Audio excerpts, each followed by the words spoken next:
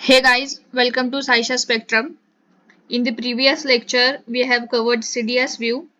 In the further upcoming three lectures, we are going to focus on forms, SAP forms.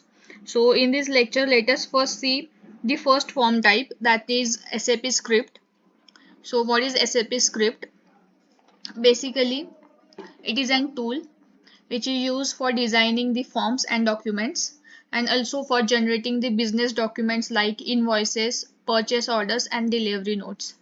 So basically, what is advantage of SAP script?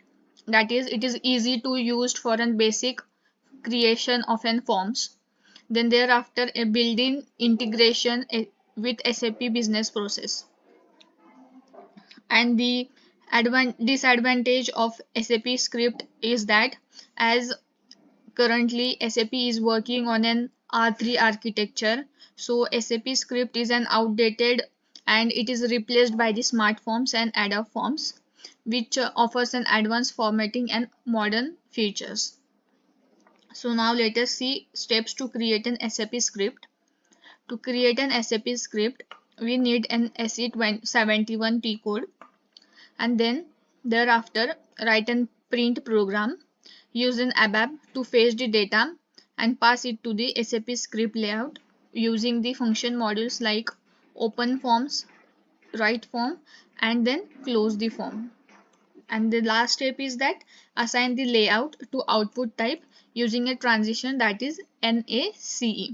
Now let us see what are the transition codes used into SAP script.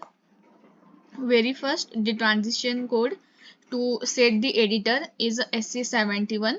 Thereafter, to standard the text editor, SO10 transition code is used. Then for inserting the logos, SE71 T code is used, and for output type configuration, NACE T code is used.